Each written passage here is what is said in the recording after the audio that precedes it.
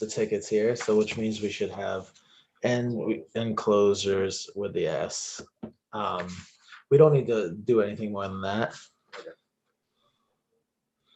But yeah, this ticket number, just put it there. We don't need to enclose the ticket number, so in fact, the enclosure can just be. Oh shit! Sorry. You're on live stream. Okay, thank you, Beth. Appreciate that. We'll go ahead and get started. I had something to say to Councilors Talon and Canales tonight. Councilor Canales, I don't believe he's here yet, but so I'll just tell Councilor Talon, and that is that you signed up for 2 jobs, Councilor Talon. You are also Director Talon. When it comes to the Municipal Lighting Department Board, you are a member of the board, and we do meet quarterly. And this is our first meeting of 2021 and your first meeting as a counselor. So I would say welcome to you. I hope you enjoy this responsibility. The MLD is just a really integral part of life in Plattsburgh, even though most of us just take it for granted because it works so well. And a lot of that is thanks, of course, to our manager, Mr. William Tracy. So we'll start this meeting with a roll call. Beth, would you like to do the roll call? Director Canales? He's just coming on. He should be. Okay. Director Kelly? Here. Director Gibbs? Here. Director Talon? Here. Director McFarland? I'm present. Director Moore? Here. Director Rosenquist? Here. Manager Tracy? I'm here. CFO Kluge? She's absent. So the next item on the agenda is to review and approve the minutes of the previous meetings. Beth, would you read that resolution, please? Resolved that the minutes of the meeting of the PMLD board held on October 29th, 2020 are approved and placed on file among the public records in the MLD office. Any discussion? Okay, would someone like to second or make that motion and second it?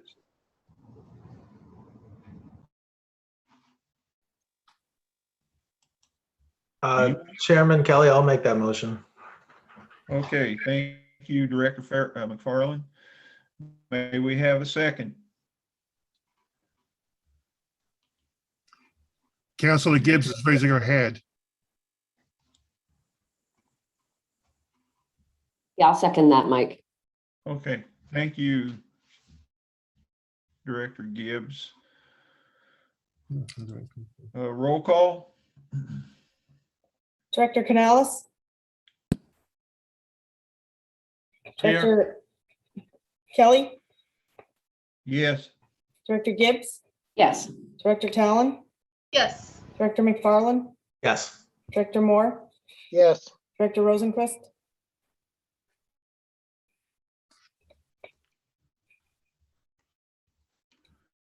Okay, let's move on to item number 2. We have a guest speaker tonight, Dr. Gervich from SUNY Plattsburgh. Performed a survey several years ago on electricity usage and gauge our citizens' attitudes toward conservation and generation. If you're ready, Dr. Gervich, please proceed. I am. Thank you so much. Can you all hear me okay? Just excellent. Thank you, Director Kelly, Councilor Kelly. My name is Kurt Gervich. I am a professor at SUNY Plattsburgh in our Center for Earth and Environmental Science. And I also sit on several city boards. I'm on the City Planning Board and on the Comprehensive Planning Committee. and have sat on several other different committees throughout the past 11 years that I have lived in Plattsburgh.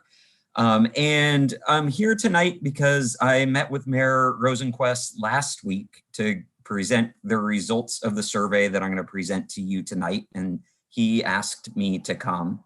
These are the results of a survey that I did in partnership with Bill and PMLD and some students at SUNY Plattsburgh a few years ago in 2017.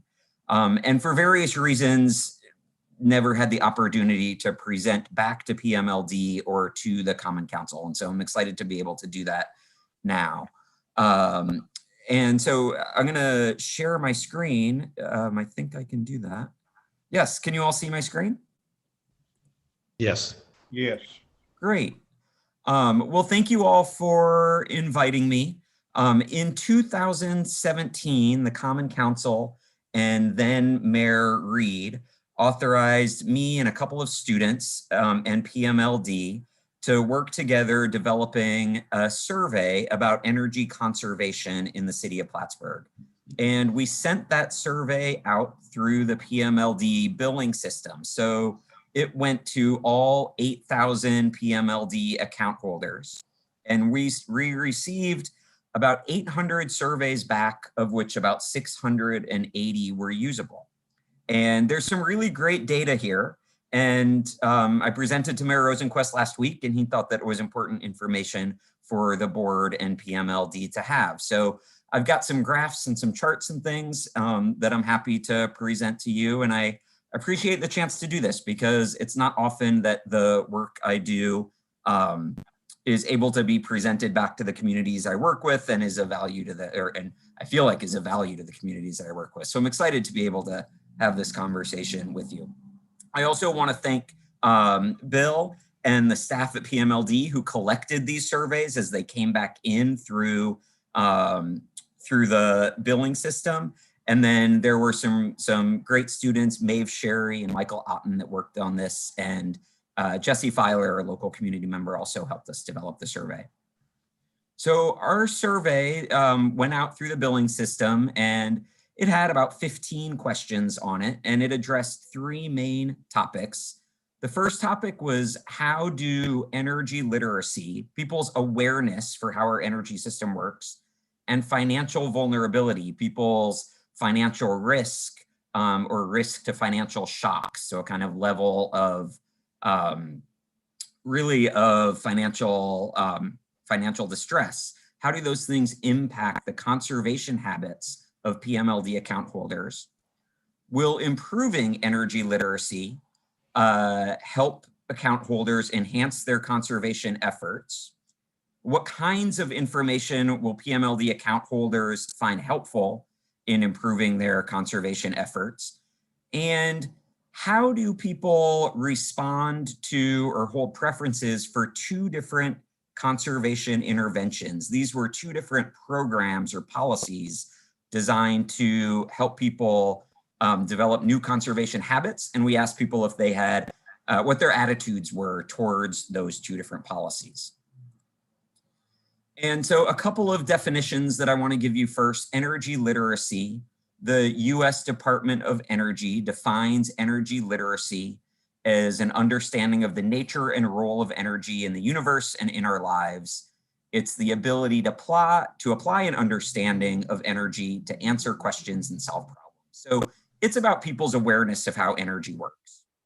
And financial vulnerability, the definition is a status of financial instability or a situation to the exposure of financial risk and shock. Essentially, we wanted to find out if people's level of awareness of how energy works influence their conservation habits, and if their vulnerability to financial risks influenced their conservation habits. And then we asked people about 2 different conservation interventions. These were policies that PMLD could implement in order to help people or encourage people to conserve energy.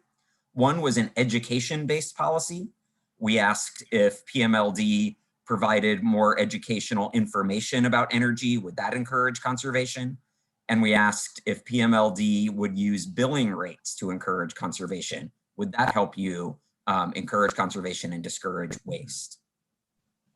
Feel free to stop me if I'm going too quickly or if you have questions. First, I want to let you know who responded to the survey. So we sent out 8,000 surveys to all of PMLD's account holders, and I said we got about 680 back. Of those, 68% represented residential account holders, 2% were commercial. We didn't get back any industrial account holders, but about 30% were unmarked. And about 90% of those that responded indicated that they use electric heat. So, you know, since we have low cost electricity over the last 50 years, as Bill has explained to me many times, people have transitioned their houses and business and things to electric heat, and that's reflected in this data. So we developed this measure of energy literacy, people's awareness for how our energy system works. And we based that index of energy literacy off 3 questions. We asked people if they were aware that PMLD's electric rates are well above or well below national averages. The correct answer there is that they're well below national averages. This is the chart in the upper left-hand corner, 6A. And you can see that the blue and the orange on the left side indicate that most people in Plattsburgh understand that our rates are below national averages. But a fair percentage did not. We asked people if they understood that PMLD provides us with low carbon electricity with few ecological impacts, which is an accurate way to describe our energy source because it's hydropower, which is low carbon and renewable. And fewer people understood that one. And we asked people if they had a thorough understanding of how their PMLD utility bills are calculated. And as you can see, that's the bottom left-hand corner, and the distribution is a little more even on that one. So people had a little bit of uncertainty about how their bills are calculated. We use that information to create this energy literacy index, what you see in the bottom right-hand corner there. And what we have, or we divided people into 4 different groups. What we call the superconductors, those are who had a high level of energy literacy. 14% of respondents fell in that category. They answered all the questions correctly. At the lower level of energy literacy, we've got what we called our insulators. We're trying to play with some puns here. We've got our insulators, a lower level of energy literacy. 4% of our respondents fell into that category. 32% are semiconductors, a low to moderate level of energy literacy, and 50% are in the moderate range. We called them conductors. That to me says that there is some room to raise awareness and educate people about how our energy system works, but a fair number of people have a good idea of that. We asked people their level of agreement with the statement, compared to expenses such as groceries, school, and health needs, my PMLD utility bill is a major financial burden. And we learned from that that those who strongly agree or agree make up 32.88% of respondents. That's about 1/3 of the city of Plattsburgh saying that their PMLD utility bill presents a monthly burden to them. And about 39% stated that it was not much of a major financial burden.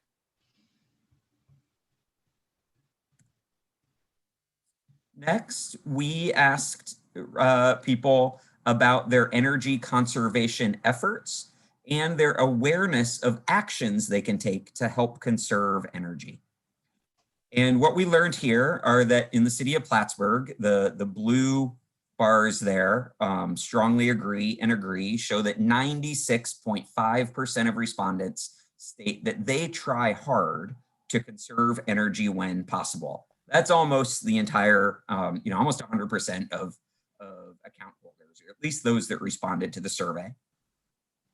The remaining 4% is in the neutral category. There were no respondents that strongly disagreed with that statement, which is good news.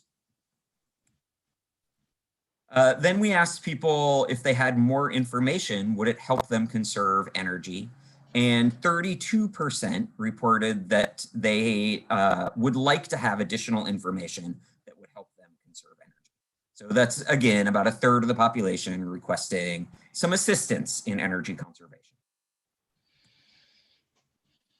The charts here get a little bit more complicated, but I've got some notes here on the page to help us understand them. Here we've got a cross tabulation, or we're trying to combine the answers from multiple questions.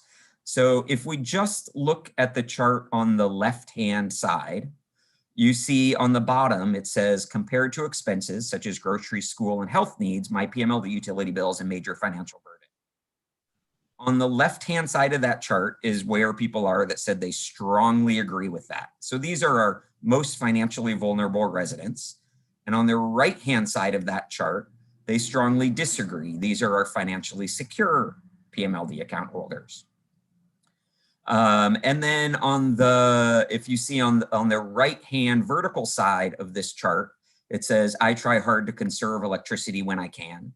The bottom portion of that is where our strong conservers are located, and the upper portion of that is where our non-conservers are located. So our most financially vulnerable residents that do conserve electricity are in that bottom left-hand quadrant.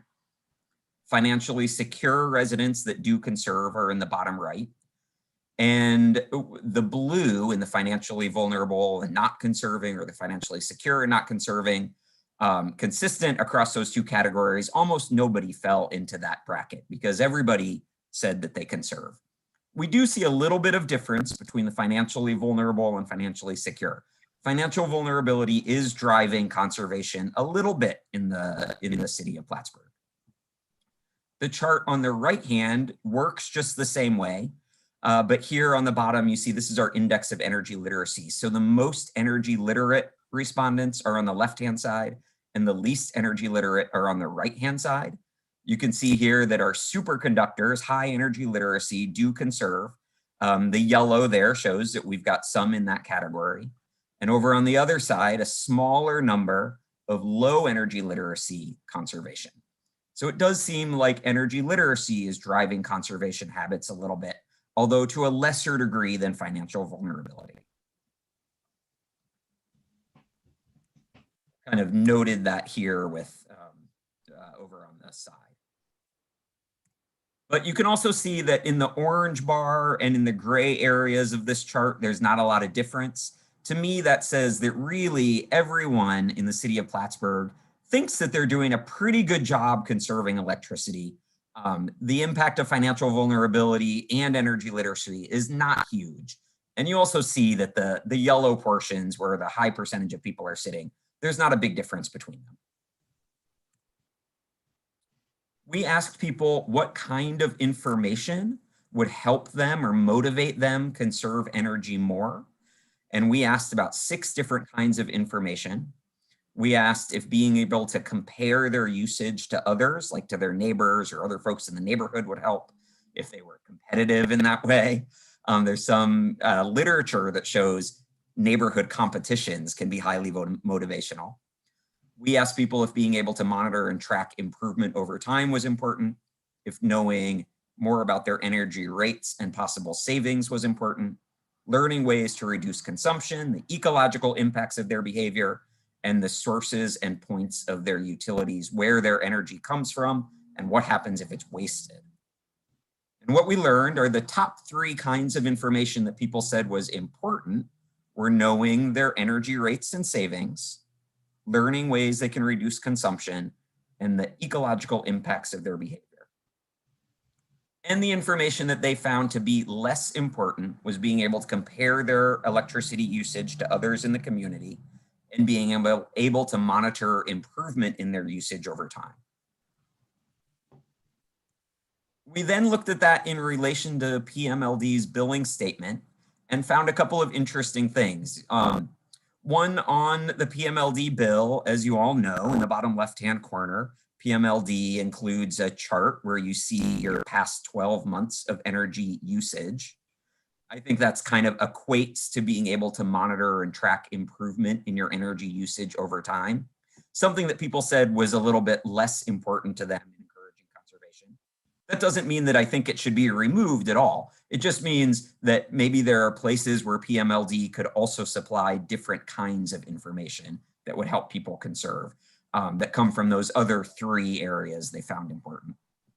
People also said that they wish that they had a little more information about PMLD's rates and how their bill is calculated. There are some acronyms on the PMLD bill that are not explained, and some of the calculations that aren't explained. I think that that's what people are looking for, just an understanding of how the bill is calculated. I think that that is on PMLD's website, that there might be steps there that people have to go through in order to uncover that information. Maybe it could be distributed in a more direct way. And then we asked people about their support for these 2 different interventions. We asked people about an education-based program, if PMLD should develop new educational programs to encourage utility conservation. That's blue on this chart. And we asked people if they would like to see PMLD utilities priced to encourage conservation, which typically means that you would raise rates on people that use larger amounts of electricity and lower rates for people that use less electricity, or raise rates to discourage waste. And these results, I think, are pretty predictable. About 35% supported the education-based information. That means that they would support seeing PMLD do more education about our energy system. 36% opposed that intervention. About 28% supported the rate-based intervention and 44% oppose it. Inherent in that intervention is possibly an increase to electric rates. So not surprising that people were more oppositional and showed less support for that. And generally speaking, there is a lack of support for either of those interventions. So we then compared that to energy literacy to see if those who have more awareness of how our energy system works supported those policies differently than those who have less energy literacy. And what we see here is that there's a weak direct relationship between energy literacy and support for education. Those with a higher awareness of our energy system did show more support for the education-based programming, but not very much. And remember that people didn't like this policy in general. And the difference becomes even more great when we talk about the rate-based intervention. People really didn't like that one. If you had more awareness of how energy works, then you did show a bit more support for the policies, but not by very much. Again, generally a lack of support for that kind of program. We wanted to see if there was a difference in support for those 2 programs based on whether or not somebody said that they currently try hard to conserve electricity.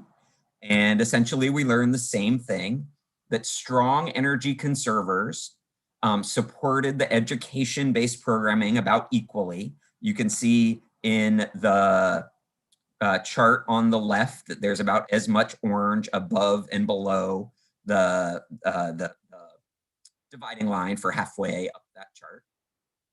You also see that there's a big blue area in the bottom right-hand corner of the chart on the left. So the weak energy conservers didn't support the education initiative at all.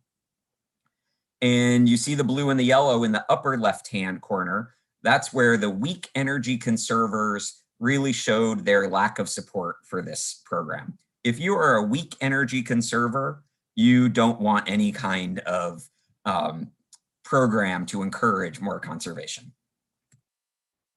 On the rate-based side, we saw a very similar trend. Strong energy conservers showed less support for the rate-based initiative. Weak conservers were a little bit more neutral to this one, interestingly. But I think that's a flaw in, not a flaw in the statistics. It's an artifact of the fact that there were very few weak energy conservers, only 1 or 2 in the entire survey. So if one person checked a box, then it shows up in these results. Again, there's not strong support for either intervention. Here it gets interesting because we're looking at financial vulnerability. Remember on the chart on the left Our financially vulnerable respondents are in the bottom left-hand corner, and our financially secure respondents are on the right-hand side. We see that there is more support for the rate-based intervention, the big yellow block, among more financially secure respondents, which makes sense if this is a policy that's going to increase your electric rates, but you're already cash strapped, then you're not going to show a lot of support for that intervention.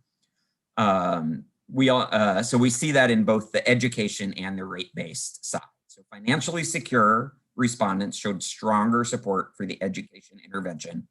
Financially vulnerable respondents showed stronger opposition, but some still did support it. And financially secure respondents do show less support for the rate-based intervention. And there's a much higher degree of opposition for the rate-based intervention among financially vulnerable respondents, which again makes total sense that if you're cash strapped, you're gonna have a hard time supporting a policy that might raise your electric rates even more. But these data are complex. There was some support for these among our most vulnerable residents, which is an interesting piece of the puzzle. So a few conclusions here that I want you to kind of take home messages. One is that most PMLD customers report strong conservation habits. That's really good news. There's perhaps a little room for improvement and trying to encourage more behavioral changes through education and awareness. But I think there's more room for improvement by encouraging people to purchase energy smart appliances. PMLD offers a rebate on energy smart appliances and home insulation programs. I think that's a better route to go than asking people to turn off the lights more and things like that. Those things I think they're already doing. Many PMLD customers have a moderate understanding of our energy rates and our billing system and calculations. There's room to raise awareness, and this could encourage more demand-side conservation. I think there's some space to encourage conservation as a means for economic growth and employment. We have low-cost power, and we can use that power to attract high employment businesses that use a lot of electricity. And that would be an asset in our community that sets us apart from other communities in the North Country that don't have the same preference power that we do. So there is a role for conservation to play. It creates more of a window of opportunity for recruiting those high employment and high energy businesses. And there are some opportunities for building resilience and encouraging conservation on the supply side of our energy equation. Renewable energy generation and microgrids might be some of the things that we would look at. Bill and I have talked a lot about this over the last few years, and I know that there's a big hurdle to overcome in the city of Plattsburgh because our rates are so low. The return on investment in those supply side energy generation and microgrid kind of infrastructural improvements are difficult to implement because the upfront costs are high and the return on investment is very long. But I think that that's a hurdle that we need to find a way to overcome. I think that Plattsburgh faces 4 challenges when it comes to energy. One is, how do we leverage our unique energy asset, our preference power, our low rates, to draw high energy firms that offer significant employment opportunities? We've been prospected by the cryptocurrency firms. They're high energy firms, but they don't offer a lot of employment. How can we use our energy to attract those employers that we might want here? How do we prevent waste? Inexpensive goods encourage waste, and here we have inexpensive electricity. So how do we discourage waste? Or cryptocurrency may be an example. How can we protect ourselves against those energy prospectors is a question I'm interested in trying to answer. I think we need to be thinking about how we prepare ourselves and protect ourselves in our low rates for renegotiations of that preference power rate. I'm not sure when the renegotiation occurs, but I think that there's a chance that the other communities that receive preference power but where the preference power, their allotment doesn't cover their full allotment of energy, might look to us and see if our allotment could be reduced and transferred to other communities. And we want to prepare ourselves for that. One defense might be to encourage conservation and generation as buffers against that, to show that we're good stewards of that resource. And then how do we invest in our energy system, even though we face this long return on investment for those energy improvements? How do we overcome our reluctance to invest and build resilience? So that's the data that I have. It's 4 years old. I would love to work with PMLD and the board of directors to do a new survey. If there are questions that could be asked, that could be updated, to learn more and address some of the questions and challenges that I see here facing energy. So I really thank you all for listening. I thank Mayor Rosenquist for inviting me to come, and I'm happy to answer any questions that you might have. I don't want to take too much of your time, but I appreciate your listening. And thanks so much to Bill and all of PMLD for collaborating with me on this, and the council for authorizing this survey a couple of years ago when we did it. Does anyone have any questions for Dr. Gervich? Mayor Rosenquist? Thanks. And Kurt, I do appreciate the time that you spent. And Bill, thank you for doing the work with Kurt some years ago. And I know Kurt did present this to me, and I found it just intriguing, at the very least, to see that even though we do have low electricity rates, there is still opportunity to conserve for future economic development growth, and using that as leverage, as we all like to tout that as, you know, us being a low energy or low rate community to attract people here. Unfortunately, I think, Kurt, as you may be aware, it's raising rates to encourage conservation is not something that we can do, but I understand the position. It's one of those things where, and Bill could tell us way more intelligently than I could ever explain it, but raising rates is a process. But encouraging conservation through education is not. That's something that we could probably look at, you know, and something that we want to do anyway, I would imagine, just as a community, to conserve energy and to be more responsible and to be better stewards of our environment and the resources that we do have. But what is in terms of that education, what is your sense of how to go about that in an effective way? It sounds like the information that's on our bill, when people are asking, hey, how do I compare my rates usage, or how do I compare my usage from previous years or previous months? They're asking for that information and it's presented to them, but they're still asking for it. So how do we go about, or what would be your or Bill's recommendation for creating an educational program that's specific to conservation? Well, what's on the bill, Prid, has to be approved by the state.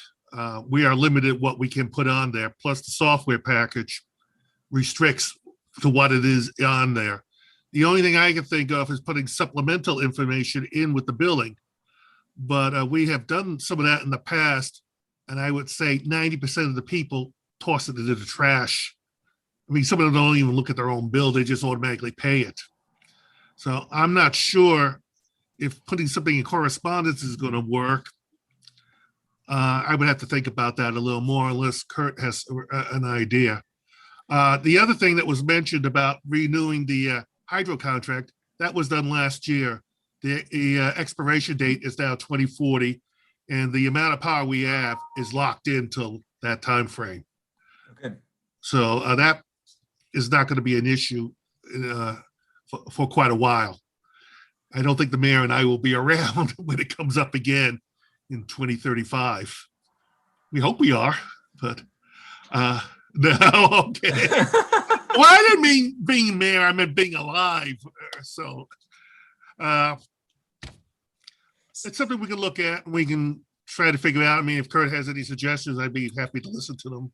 Yeah, so we didn't ask the question about raising rates because we thought that that was a good idea. Those are the two common things that communities do to encourage conservation. And what we wondered is, in a low rate community, are the results of how, are people's attitudes towards those rates different than what we see in other communities? And we found out the same thing here that is found in other places, right? The education piece is interesting. I think what people are asking for there is just to know more about IEEP, the Independent Energy Efficiency Program, that people do contribute to that on their bill, and that's used to invest in our energy infrastructure, I think is important to let them know.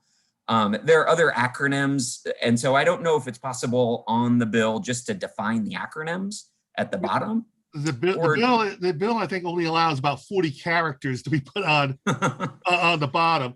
So the only thing you could really do is include another sheet of paper inside the bill, and probably not a letter or something, but maybe some kind of a flyer, colorful or something, that would attract attention. Yeah. Otherwise, you like you were saying, you were asking stating the question. People don't realize that their power is carbon free. However, every year we are required by the Public Service Commission. In fact, we just did it this month to put that in there. And I'm willing to bet about 10% of the people actually even look at it. The rest of them just toss it and do the bill, just pay the bill, and that's it. I was happy to see, Bill, that this year was I think the first year in my 11 that it said 100% hydro. Oh, it's been that for for a few years. Oh, okay, maybe I missed it. Yeah, probably for the last 4 out of the last 5 years, it's been 100% renewable. But yeah, previous years it goes up and down. A lot of it, they also count the nuclear as renewable too, though people don't tend to like that. But we are paying for what the state calls ZEC, zero emission credits, to keep 4 nuclear power plants in Western New York online, because the governor wants them to help lower his greenhouse gas emissions for the state. So he's paying the owner over there to keep him solvent so he doesn't shut those plants down. So the good news from this survey, and I won't take much longer here unless you have other questions, but I think the good news of this survey is that almost everybody in Plattsburgh says they're trying really hard to conserve energy. So I think home energy conservation, there's not a ton of space to improve. It sounds like people are turning off their lights and they're not leaving devices running and things like that. I think where the space for conservation exists is in maybe publicity around the rebate programs for energy smart devices, home insulation programming, and on the supply side, getting over this hurdle of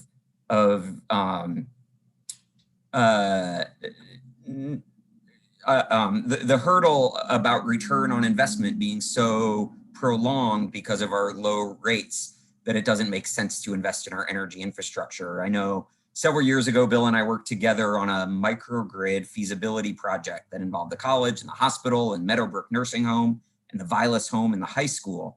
And it was determined that because our electric rates are so low that it just wasn't deemed feasible to invest in a microgrid that would support the energy use at those important facilities in the event of an outage in the city, which makes sense. If the return on investment is really long, then you're not going to invest. But that doesn't actually reduce the threat posed by a severe long-term outage from a 1998 ice storm or a tropical storm Irene or something like that. And so there are some supply side needs that I think maybe that's a place to put attention, not home energy conservation on the demand side. Dr. Gervich, I want to thank you for coming to talk with us today. It's been very informative and gives us really a lot to think about. So it's a great study, and thank you so much for that. I hope you'll come back and join us again. Absolutely. Public's always welcome. So I would love okay, to thank you. anytime. Thank you very much for having me. Dr. Okay, Gervich, our- can you our send me, pleasure. oh, sorry. Dr. Gervich, can you send me a copy of your slides so I include them as part of the minutes? Yes, in fact, I shared them with the mayor and with Beth, and so they can Okay. forward them on. But I've got your address, Bill. I'll share them with you real quickly too. Okay, thank you, Doctor. You Right. bet. And I also emailed the slides, the access to the Google Drive to everybody before we started the presentation as well. Is there any interest in doing the study again? Maybe once we get out of the pandemic. Dr. There's a lot of What things made to play with. 120 surveys unreadable? So two things about the survey. We only accepted surveys through through a bill that somebody dropped at PMLD. So this survey did not have any respondents that use the automatic online bill pay. So if we were to do it again, I think that's a place that we could make an improvement.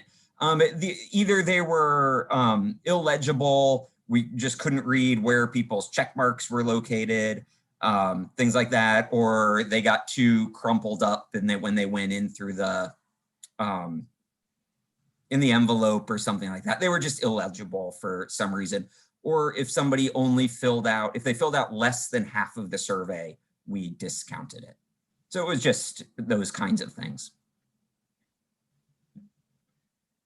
Okay, if there are no further Thank you. questions, we'll thank once again, Dr. Gervich, and continue with our meeting at this point.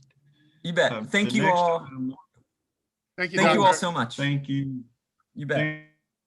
Thank you, Dr. Gervich. It's great to Next- see you again. Yes, you as well. Next item on the agenda is the financial report presented by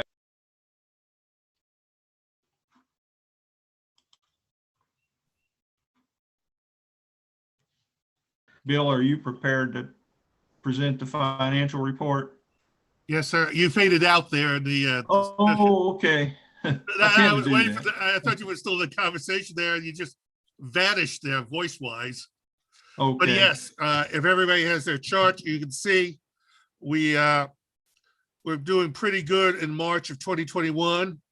Our revenues are above our expenses, so we're looking in good shape. We've got our reserves for our retirement and for our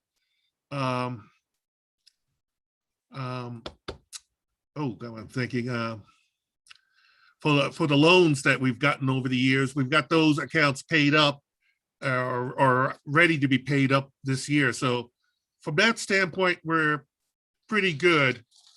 The next page, you get an idea of what it was like during March with the energy that was purchased and used for the different classes, residential, small, commercial, so forth. We got our budget in there for what you can see. And then at the back, as few people have already alluded to tonight, is the REX and ZEC surcharges that are implemented by the state against us, or against all ratepayers in the state to help fund these programs. And you can see it is quite a good chunk of money, especially on the New York ZECs. The ZECs are what they call the zero emission credits, and they are paid to the owner of the 4 nuclear power plants in Western New York to keep him online and in order to keep them solvent. The RECs are the renewable energy credits, and those are paid to investors who have built wind and solar farms since 2017. It helps to subsidize their costs. We were notified this week that there will be what they call tier 2 RECs coming into play, which will be added to our bills from the New York ISO in August. these tier 2 RECs are for renewable energy for windmills and solar farms that were built prior to 2017. And in many cases, their lease lives are starting to run out. So the state wants to renew them and pay them subsidies to continue on and not shut their operations down. We will also have sometime in the future, I don't know when, but what they call tier 4 RECs. These are RECs for New York City. Apparently nobody wants to build a wind farm or a solar farm on Long Island, around New York City, Westchester County, Rockland, or anywhere down there, primarily because land values are so steep. So this week, NYSERDA put out a request for proposal for investors to build those down there. And once they start coming online, then they will start billing all the rate customers in New York State to help subsidize that tier 4 program. And I know Councilor McFarland's going to ask me about ORECs. And yeah, I Would figured. that be tier 3? No, this is separate. It could be. They haven't put a tier to it, but it's above the 1, 2, 3, and 4. They have awarded contracts to contractors to start building the wind farms off the Hamptons and Montauk Point. My understanding is now that they're not going to start charging the ratepayers in New York State the cost of that until they're actually built. So we may be looking still a year or 2 down. I don't know when they're going to start, but the contracts are being awarded. My guess is going to be next summer. They're actually going to start construction out on the ocean. In case anybody else is interested, there's also this New York State has made an agreement with the owners of Indian Point. And if you're familiar with Indian Point, there's 2 nuclear power plants located down near Poughkeepsie, New York. Governor Cuomo wanted those plants shut down. So he made an agreement with the owners of those plants that New York State would cover the entire cost of the cleanup of those plants once they're shut down. Indian Point was shut down. Indian Point 2 was shut down last April 30th. Indian Point 3, the last power plant, nuclear power plant there, is supposed to be shut down by close of business tomorrow. At some point in the future, we will probably receive invoices from the state for the ratepayers to pay for the cleanup of those sites. Estimates have been in the billions of dollars. So the last I had heard that they were going to split the cost between upstate and downstate. 60% of the cost would be paid by downstate, 40% would be paid by upstate ratepayers. I don't know if that's still in place. I know downstate are not too happy with that. We'll see what happens. And I can't tell you when that will come into play, but I'm guessing probably within the year. So that's basically all I have along those lines, unless there's more questions.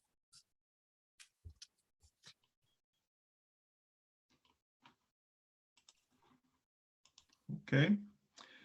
What we need at this point is a resolution that the final report as read is hereby ordered, received, and placed on file among the public records of the MLD office.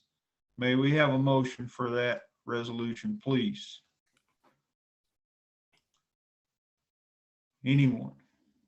I'll make the motion. Okay, Mayor Rosenquist made the motion and Councilor Gibbs seconded. So all in favor? Aye. Or perhaps we should do a roll call. Director Canales? Yes. Director Kelly, yes. Director Gibbs? Yes. Director Talon? Yes. Director McFarland? Yes. Director Moore? Yes. And Director Rosenquist. Yes. Thank you. Unanimous. All right, the next item on the agenda is departmental reports. Again, this will be presented by MLD Manager William Tracy. And before you start, Bill, I'd just like to let everybody know that we were provided a file called supplemental information for 2921.pdf earlier today that explains all this, or outlines it at least, for what Bill's going to talk about. So please refer to that if you'd like for sort of an outline of what Bill's going to say. So with that, Bill, you go right ahead, please. Okay, work in progress completed. I gave a log list there. Unless someone has a question, it's pretty explanatory what it is. We've been kept pretty busy in the last few months. We even got installed 2 new EV chargers at the beach to be used this summer by people that bring electric cars there. So it's been pretty busy, and we are still in the process of transferring out LED lights, installing them on city streets. There's quite a few of them that have to be changed out. There's about 2,500 street lights in the city of Plattsburgh. We're about a third of the way through that process. Unless somebody has a specific question, that pretty much is everything along there. The IEP projects are the conservation projects. It's pretty clear what's on there. We have of course, the 2 EV chargers. We just recently got heat pumps installed in several of the offices in City Hall. I think they're going to make a difference with both heating and cooling. This is the way the NYSERDA and the state of New York is pushing for these heat pumps to be installed everywhere. They do not like the electric baseboard heat. They like this type of heating, and they are pretty insistent about getting it installed just about everywhere, especially in municipal buildings. The window project, which I've talked about for the last 3 years, I believe is filing on progress. I believe there's a contract just about ready. The mayor, if he's still on here, he might have a better idea of that on me. Matt Miller is handling that upstairs in community development. We did help out the water pollution plant replace a 125 horsepower VFD drive for their Cumberland Avenue water station. The other one had pretty much died over there. And we got various lighting projects done with some of our commercial customers that are in progress right now. They've got the materials and they're doing the installation work for it. The attic installation program, we had 7 customers that were interested, and they have already been forwarded on to have their houses inspected and see what can be done for them. So that's pretty much the IEP program so far this year. Our rebate program is still in progress. People have been calling us for the application, the forms. We've been mailing them to them or emailing them to them.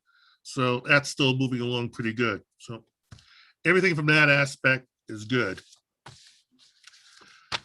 The last thing is other. The only other thing I would add that I forgot in the financial was we were notified last week by New York State that the HEAP program, which typically expires in about April, has been extended to 31 August this year, like last year, to help customers get through this pandemic. So that is good news. We have approximately 1,600 customers in the city of Plattsburgh that make use of that program. It has gone up in the last year by about 300. So COVID-19 is definitely having an impact on a lot of the residential customers in the city. And that, unless somebody has questions, that's all I have for the departmental reports. Okay, Bill, thank you. Thank you very much for that. We'll call on you a little bit perhaps when we talk about write-offs, okay? Next item on the agenda is number 5, a bid request. I'll just read it. Resolved in accordance with the request, therefore, the MLD board approves MLD to advertise for bids for PMLD bid number 2021-4-1, NERC testing of electric relays and equipment at St. Lawrence 1 and 2 substations. The bid opening date is June 2, 2021 at 11 a.m. in the Common Council chambers. Would someone like to make that motion? Motion. Second. I'll second that. Sorry, who made- Okay, Who made the motion? I didn't catch, see. Okay, Mayor, I got you. Mayor Rosenquist, thank you. And Counselor or Director Gibbs seconded that motion. Okay. Discussion.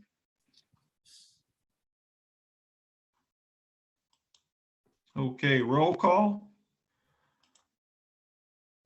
Director Canales, Yes. Director Kelly, yes. Director Gibbs, Yes. Director Talon, Yes.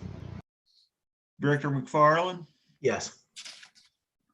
Moore, Yes. and Director Rosenquist. Yes. Okay, next, thank you, passed. Next item on the agenda is monthly write-offs. We actually have 4 resolutions there. If anyone is willing to make the motion to dispense with the reading. Director Kelly, I'll make a motion to waive the reading of the resolution titles. Okay, thank you, sir. I'll second that motion. Okay, thank you, Director McFarland. All in favor? Aye. Aye. Okay. Now we can have discussion Director, about the. Director, I'd also like to make a motion to pass resolutions 5A through 5D. Okay. Would anyone like to I'll second second that. Director Rosenquist's motion? I'm sorry, who seconded that? I'll second that, Chairman. All right, thank you, Director. Oh, roll call. Director Canales, Yes. Director Kelly, yes. Director Gibbs, Yes. Director Talon, Yes. Director McFarland, Yes. Director Moore, Yes. and Director Rosenquist. Yes. Okay, that passed. Next item on the agenda, number 7, is travel requests. Again, I'd like to recommend that we dispense with the reading and move the motion. Second. Okay. All in favor? Aye. Aye. Okay.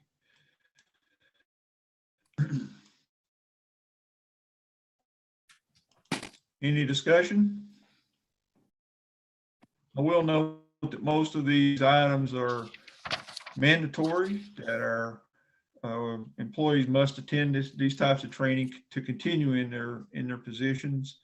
And of course, the annual meetings at the end of the resolution are very valuable to our management team. So with that, we'll have a roll call. I have a question.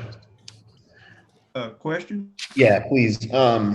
Bill, how often, when you go to these annual meetings, how often do you require employees or yourself to come back to present to your department on any specific topics or items that you've taken away or learned from, or any new changes? Do you require people to come back to do presentations to your teams? No, I don't. I do discuss with the annual meetings where I go to with the mayor, and if it impacts our people, because most of the stuff is really at the high level of what the state is doing and what the federal government is doing. Thank you. Any other discussion? Okay, roll call. Director Canales, Okay, I missed who made the motion and seconded on this. Councilor Kelly motion, Rosenquist second. Okay, thank you, sir. Okay, roll call.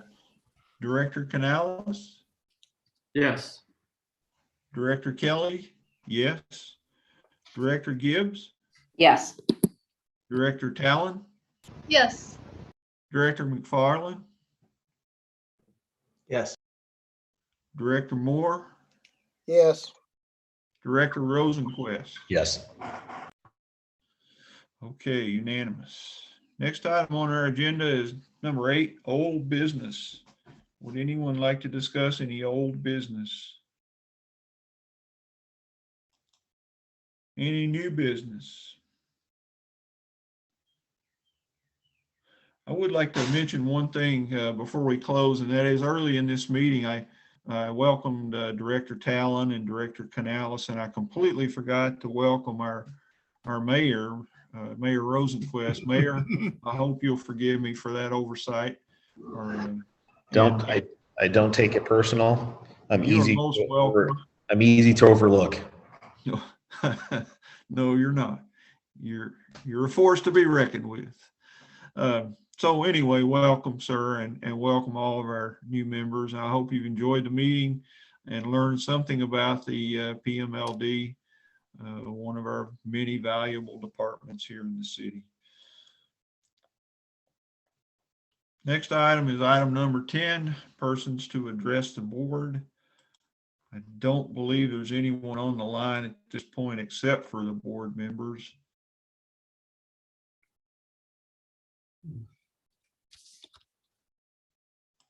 So we'll assume that no one wants to address the board at this point. And our last item of business is a motion to adjourn. May I have a motion to adjourn, please? Okay, seconded by Director McFarland. Roll call. Director Canales? Yes.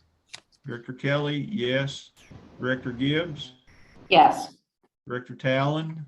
Yes. Director McFarland? Yes. Director Moore? Yes. And Director Rosenquist? Yes. Okay, our board meeting is adjourned at 6:03 p.m. Thank you. Thank you, everybody. Thank you, everybody, for Everyone attending. for your Good night, folks. Good night. Good night, Mayor.